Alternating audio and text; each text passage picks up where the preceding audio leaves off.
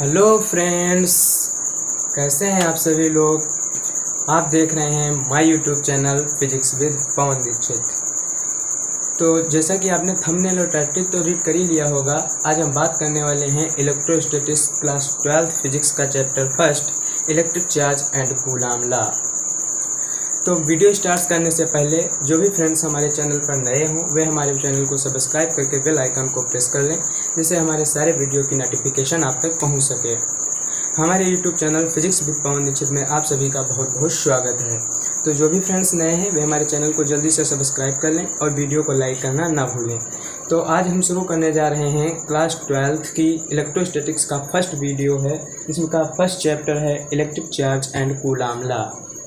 जैसा कि चैप्टर का नाम ही है electric charge and Coulomb law, तो इलेक्ट्रिक चार्ज वैद्युत आवेश एंड कूलॉम का नियम। तो हमें वैद्युत आवेश के बारे में ही, जैसा कि चैप्टर का नाम ही है वैद्युत आवेश, तो हमें सबसे पहले वैद्युत आवेश के बारे में ही जानना है। वैद्युत आवेश क्या होता है या कैसे उत्पन्न होता है। तो बात करेंगे जो वैद्युत आवेश की,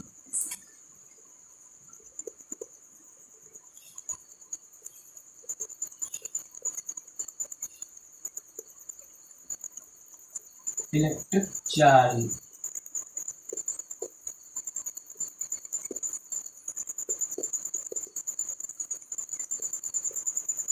वैद्युत आवेश इलेक्ट्रिक चार्ज क्या है और यह कैसे उत्पन्न होता है। तो इसकी हम थ्योरी के ऊपर बात करते हैं इसकी थ्योरी पर। तो लगभग आज से लगभग 2600 वर्ष पहले एक प्रसिद्ध यूनानी दार्शनिक थे थेल्स ने देखा। एक प्रसिद्ध यूनानी दार्शनिक थेल्स थे। इन्होंने देखा कि अंबर नामक पदार्थ को जब हम ऊन से रगड़ते हैं तो उसमें हल्की वस्तुएं जैसे कागज के टुकड़े, तिनके इत्यादि को आकर्षित करने का गुण आ जाता है। ये थेल्स नामक वैज्ञानिक ने आज से लगभग 2600 वर्ष पहले देखा, परंतु 2000 वर्षों तक इनकी बात का कोई इम्पोर्टेंस नहीं दिया गया, इनकी बात का कोई महत्व ही नहीं दिया गया, इनकी बात की कोई वैल्यू नहीं दी गई। 2000 वर्षों तक इनकी बात का कोई महत्व नहीं हुआ। लेकिन सन 1600 में एक इंग्लैंड के वैज्ञानिक आए। कौन है? Doctor Gilbert.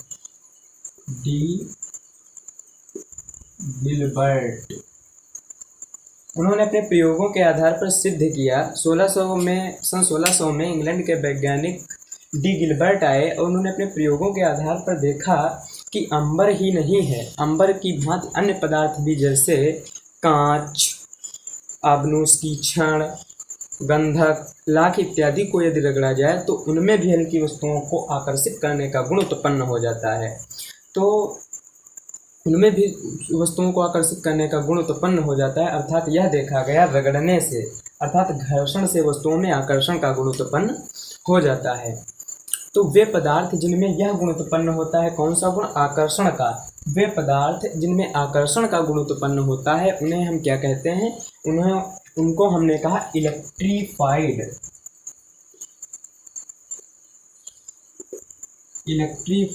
वैद्युतमय।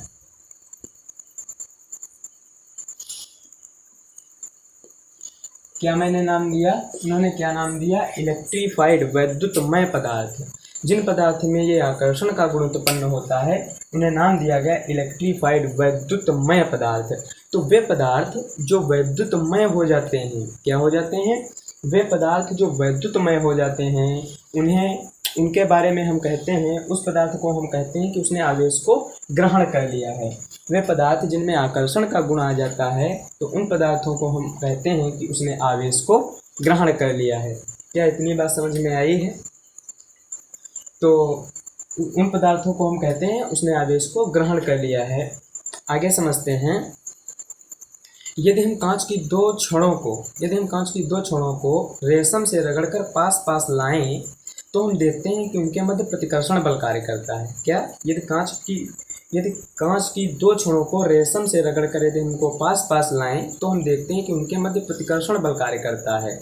लेकिन यदि कांच की एक छड़ को रेशम से रगड़कर तथा दूसरी एक आबनूस की छड़ को बिल्ली की खाल से रगड़कर पास पास लाएं तो हमने देखा कि उनके मध्य आकर्षण बल कार्य करता है। तो इससे यह तय हुआ जो कांच की छड़ पर उत्पन्न आवेश है, जो कांच की छड़ पर उत्पन्न आवेश है वो आबनूस की छड़ पर उत्पन्न आवेश नहीं है। यानी इनके कांच की छड़ पर उत्पन्न आवेश और आबनूस की छड़ पर उत्पन्न आवेश के बिहेवियर एक जैसे नहीं है, क्योंकि जब दो कांच की छड़ों को रेशम से रगड़कर पास पास लाए तो प्रतिकर्षित करती हैं, लेकिन जब एक कांच की छड़ को रेशम से, दूसरी आबनूस की छड़ को बिल्ली की खाल से रगड़कर पास पास लाए तो हमने देखा ये आकर्षित करती हैं, यानी इनकी प्रॉपर्टीज एक जैसी नहीं है। तो इससे यह तय हुआ कि आवेश दो प्रकार का होता है। कितने प्रकार का होता है आवेश? आवेश दो प्रकार का होता है। इससे यह तय हो गया कि आवेश दो प्रकार का होता है। तो कांच की छड़ पर जो आवेश उत्पन्न हुआ उसे धनावेश, तथा जो आबनूस की छड़ पर आवेश उत्पन्न हुआ उसे नाम दिया गया ऋणावेश। कांच की छड़ पर उत्पन्न आवेश को धनावेश तथा रेशम और जो आबनूस की छड़ पर उत्पन्न आवेश था उसको नाम दिया गया ऋणावेश। किसने दिया? ये अमेरिका के एक वैज्ञानिक थे। इनका नामांकन अमेरिका के एक वैज्ञानिक बेंजामिन फ्रैंकलिन ने 1750 ईस्वी में किया। 1750 ईस्वी में बेंजामिन और फ्रैंकलिन, ये एक बेंजामिन फ्रैंकलिन अमेरिकी वैज्ञानिक बेंजामिन फ्रैंकलिन ने 1750 ईस्वी में इसका नामांकन किया कि जो कांच की छड़ पर उत्पन्न आवेश है उसको धनावेश, एक मिनट,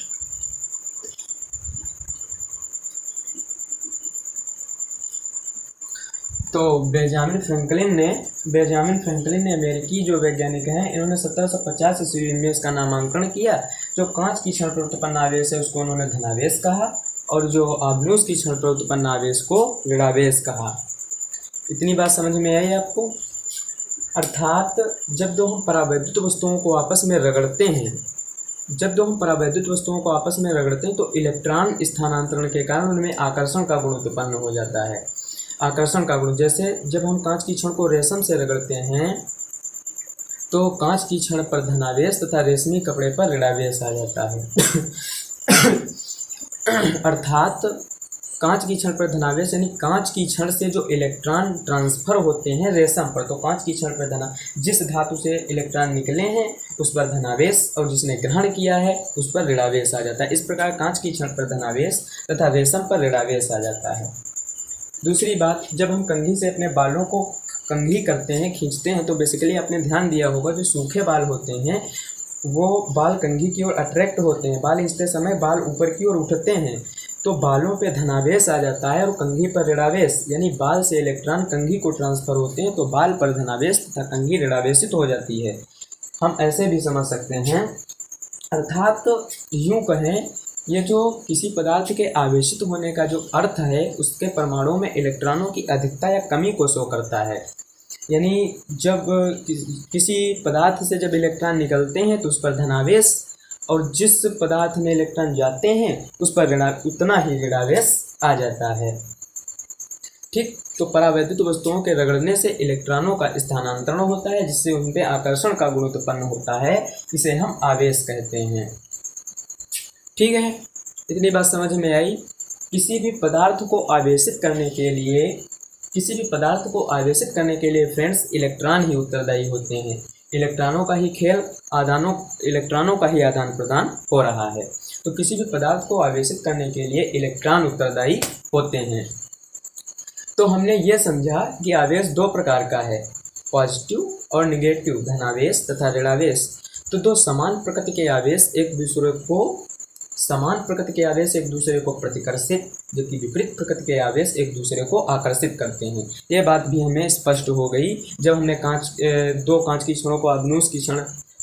छड़ों को रेशम से रगड़कर पास पास लाए तो देखा ये प्रतिकर्षित करती हैं, लेकिन एक कांच की छड़ को रेशम से, दूसरी आबनूस की छड़ को बिल्ली की खाल से रगड़ के लाए तो देखा ये आकर्षित करती हैं। यह सिद्ध हुआ आवेश दो प्रकार का है और समान प्रकृति के आवेश। और बेंजामिन फ्रैंकलिन ने 1750 में ये बताया कि कांच की छड़ पर उत्पन्न आवेश धनावेश, जबकि आबनूस की छड़ पर उत्पन्न जो आवेश है वो ऋणावेश। इससे यह स्पष्ट हो गया कि समान प्रकृति के आवेश एक दूसरे को प्रतिकर्षित, जबकि विपरीत प्रकृति के आवेश एक दूसरे को आकर्षित करते हैं। यह बात तो क्लियर हुई, अर्थात यह बात क्लियर हुई। अच्छा, किसी अनावेशित वस्तु को हम आवेशित वस्तु से आवेशित कर सकते हैं। किसी हम अनावेशित वस्तु को आवेशित वस्तु से आवेशित कर सकते हैं। हमारे पास किसी अनावेशित वस्तु को आवेशित करने की 3 विधियां हैं। कितनी विधियां हैं? 3 विधियां हैं। घर्षण, प्रेरण, चालन। कौन कौन सी विधियां हैं?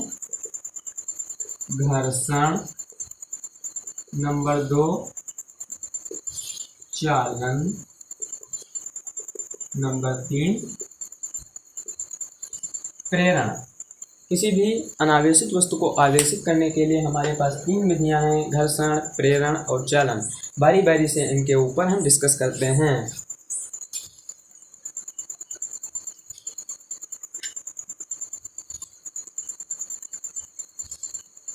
बात करें हम घर्षण की,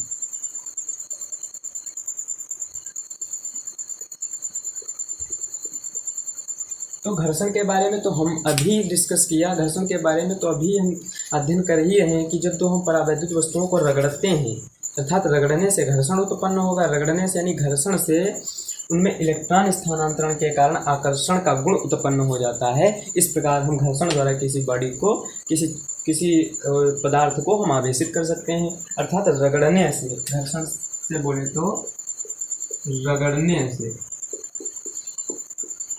से घर्षण कहे से रगड़ने से हम घर्षण के द्वारा किसी वस्तु को आवेशित कर सकते हैं। नंबर 2 पे बात करते हैं चालन द्वारा आवेशन। तो चालन द्वारा आवेशन क्या है? चालन द्वारा आवेशन क्या है? जैसे हम मान लीजिए हमारे पास एक कोई एक अनावेशित वस्तु है। एक क्या है? अनावेशित वस्तु है, और इसके संपर्क में हम कोई आवेशित वस्तु B लाते हैं। ये क्या है? आवेशित है। तो आवेशित है तो इसका जो चार्ज है इसके पृष्ठ पर होगा।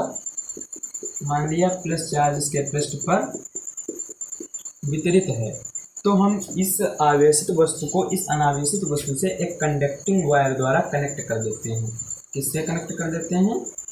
कंडक्टिंग वायर के द्वारा कनेक्ट किया तो इसका जो प्लस चार्ज है इस पर आ जाएगा,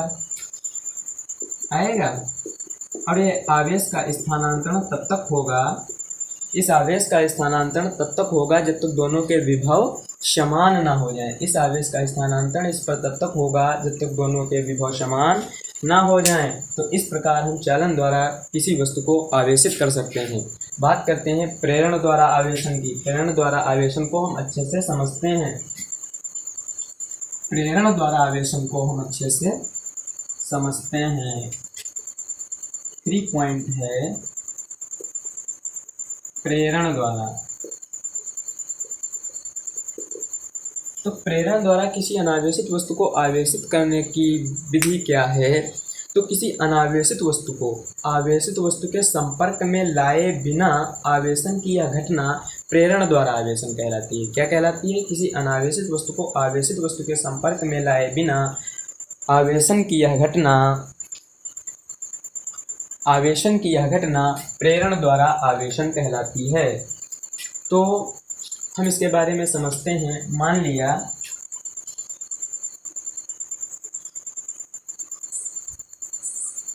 ये क्या है? कोई हमारे पास अनावेशित वस्तु A है। क्या है? यह कोई अनावेशित वस्तु A है। तो हम जानते हैं कोई अनावेशित वस्तु है तो इसका चार्ज, इसके अंदर प्लस और माइनस दोनों चार्ज भरे होंगे। इसी कारण तो ये उदासीन है। इसके संपूर्ण अंदर इसके अंदर प्लस और माइनस चार्ज भरा होगा। Plus minus plus minus plus minus, इस प्रकार से इसमें प्लस और माइनस दोनों चार्ज भरे हुए हैं। फिर हम क्या करते हैं? अगले स्टेप में किसी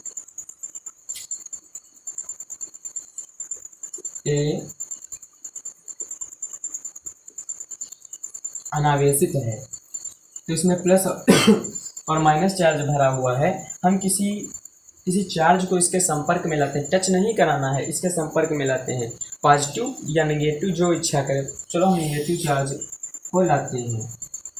इसके संपर्क में कोई हम ऋणावेशित क्षण लाए। क्या लाए? ऋणावेशित क्षण। इसके संपर्क में हम कोई ऋणावेशित क्षण लाए तो क्या होगा, ये जो माइनस आवेश है ये प्लस आवेश को अपनी ओर अट्रैक्ट करेगा, क्योंकि ये ऋणावेशित क्षण हम लाए हैं। तो ये जो माइनस चार्ज है ये प्लस चार्ज को अपनी ओर अट्रैक्ट करेगा, तो प्लस चार्ज इसके इस सतह पर आकर जमा हो जाएगा। बोलो, जमा हो जाएगा या नहीं। और ये माइनस चार्ज इसमें इसके अंदर के माइनस चार्ज को रिपल करेगा, तो ये माइनस चार्ज इस सतह पर जमा हो जाएगा। बोलो, जमा हो जाएगा, क्योंकि माइनस चार्ज इसको रिपल कर रहा है। तो ये ऋणावेशित क्षण है, माइनस चार्ज इसके पास वाली सतह पर इसका विपरीत आवेश, जबकि इसके दूर वाली सतह पर इसके समान आवेश उत्पन्न होगा। ये भी आवेशित नहीं हुई है, क्योंकि इसका कुल धनावेश इसके कुल ऋणावेश के बराबर है। अभी ये बॉडी, ये जो अनावेशित वस्तु है ये भी अनावेशित ही है। उसके अगले स्टेप में हम क्या करते हैं, उसके अगले स्टेप में हम इसकी क्या कर देते हैं, अर्थिंग कर देते हैं। किसकी, इस वाले की हम कर देते हैं अर्थिंग। ये कोई हमारी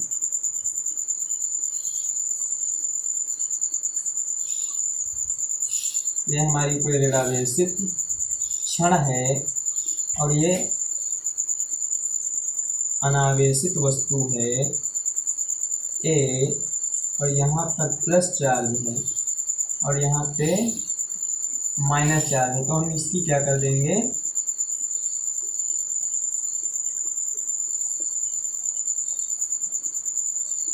दिख रहा है यहाँ का, यहाँ पे हम कर देंगे अर्थिंग। इसकी जब हम अर्थिंग कर देंगे तो ये माइनस चार्ज इस वाले माइनस पर रिपल कर रहा है, इसे प्रतिकर्षित कर रहा है। तो ये वाला माइनस चार्ज इस पृथ्वी को ट्रांसफ़र हो जाएगा, क्योंकि ये वाला चार्ज इस वाले चार्ज पर प्रतिकर्षण बल लगा रहा है, जिसके कारण इस अर्थिंग करने से इस माइनस वाला चार्ज जो है ये पृथ्वी को ट्रांसफ़र हो जाएगा।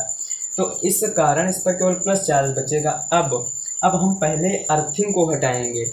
यदि हमने अर्थिंग को नहीं हटाया, ऋणावेशित क्षण को पहले हटा दिया, तो ऋणावेशित क्षण को हम पहले हटा दें तो पृथ्वी द्वारा ये पॉजिटिव चार्ज है, ये पृथ्वी द्वारा फिर ऋणावेश को खींचकर फिर से उदासीन हो जाएगा। इसलिए पहले स्टेप में हम क्या करेंगे, अर्थिंग को हटाएंगे। पहले स्टेप में हम अर्थिंग को हटाएंगे, उसके बाद इस ऋणावेशित क्षण को हटाएंगे। तो अर्थिंग को हटाते हैं,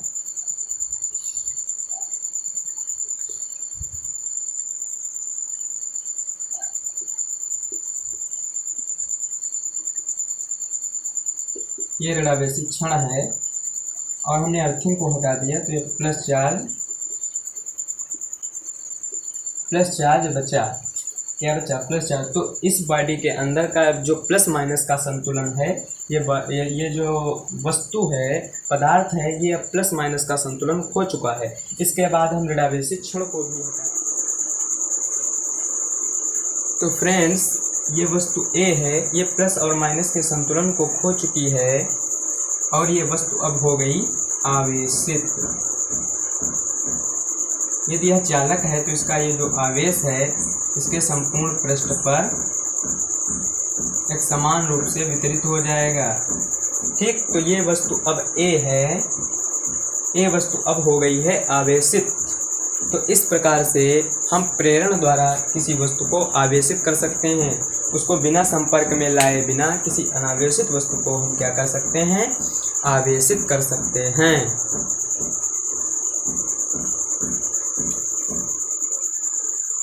तो प्रेरण द्वारा आवेश आप सभी को समझ में आया।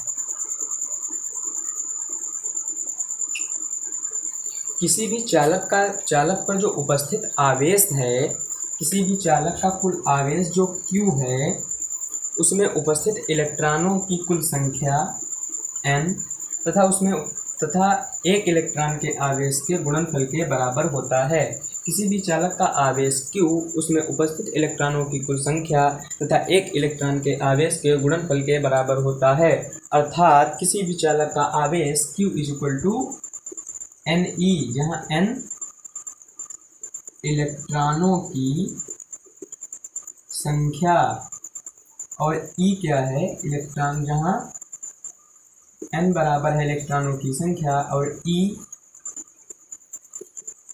इलेक्ट्रॉन का आवेश है, n इलेक्ट्रॉनों की संख्या तथा e इलेक्ट्रॉनों का आवेश है। इलेक्ट्रॉन का आवेश कितना होता है? -1.6 × 10⁻⁹ कूलाम। -1.6 × 10⁻⁹ कूलाम किसी इलेक्ट्रॉन का आवेश है। बात करें अगर जो आवेश के मात्रक की, तो हमने पढ़ रखा है जो धारा है, आवेश प्रवाह की दर को हम धारा कहते हैं। 9th 10th 11th में हमने पढ़ रखा है आवेश प्रवाह की दर को क्या कहते हैं? धारा कहते हैं। अर्थात यहाँ से Q = IT, Q = IT, यहाँ से आवेश का मात्रक क्या बना?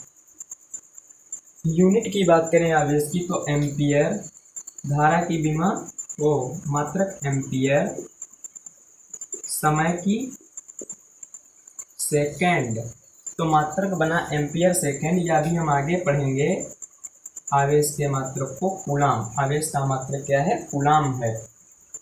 बात करें बीमा की, तो आवेश की बीमा एम्पियर की बीमा A और सेकेंड की बीमा T।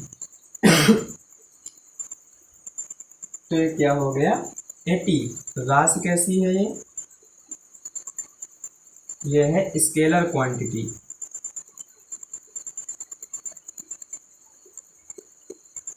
ये है अदिश राशि है। राशि की बात करें तो ये कैसी राशि है? अदिश राशि है।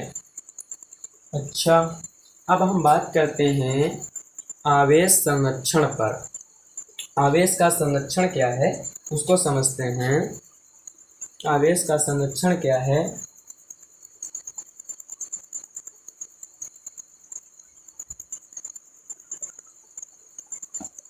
आवेश का संरक्षण, कंजर्वेशन ऑफ चार्ज क्या है?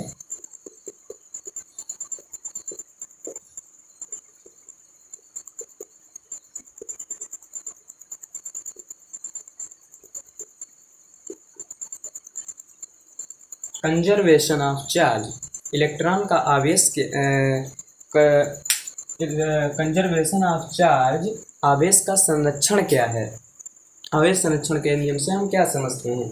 तो हमने देखा जब दो हम वस्तुओं को आपस में रगड़ते हैं तो इन वस्तुओं पर एक समान विपरीत आवेश उत्पन्न हो जाता है। क्या? एक समान और विपरीत आवेश उत्पन्न हो जाता है। मापने पर यह देखा गया ये आवेश की मात्राएं एक दूसरे पर ठीक बराबर हैं। आवेश की मात्राएं दोनों पे क्या होती हैं? बराबर होती हैं। जैसे जब हम कांच की छड़ को रेशम से रगड़ते हैं तो कांच की छड़ पर जितना धनावेश आता है रेशम पर उतना ही ऋणावेश आता है। कंघी से जब हम अपने बालों को खींचते हैं तो कंघी पर जितना ऋणावेश आता है बालों पे उतना धनावेश आता है, क्योंकि इलेक्ट्रॉनों को ट्रांसफर ही तो है। जितने इलेक्ट्रॉन बालों से कंघी पे आए तो कंघी पे जितना ऋणावेश होगा बालों पे उतना ही धनावेश होगा। या हम जैसे आबनूस की छड़ को बिल्ली की खाल से रगड़ते हैं तो आबनूस की छड़ पर जितना ऋणावेश बिल्ली की खाल पर उतना ही धनावेश उत्पन्न हो जाता है। अर्थात रगड़ने के बाद दोनों वस्तुओं का नेट जो आवेश है वो क्या है? शून्य है। रगड़ने के बाद वस्तुओं का नेट आवेश, नेट चार्ज क्या है? 0 है। और रगड़ने से पहले भी उसका कुल आवेश शून्य था, तब तो शून्य था ही, और रगड़ने के पश्चात भी हम देख रहे हैं दोनों वस्तुओं का कुल आवेश शून्य है। यही है conservation of charge. Conservation of charge यह है कि आवेश को न तो हम उत्पन्न कर सकते हैं और न ही नष्ट कर सकते हैं। इसी को हम कंजर्वेशन ऑफ चार्ज कहते हैं। आवेश को न तो उत्पन्न कर सकते हैं और न ही हम नष्ट कर सकते हैं, इसे ही हम कंजर्वेशन ऑफ चार्ज कहते हैं। तो कंजर्वेशन ऑफ चार्ज आपकी समझ में आ गया। आगे क्या हम देखते हैं, बात करें आवेश का क्वांटीकरण क्या है।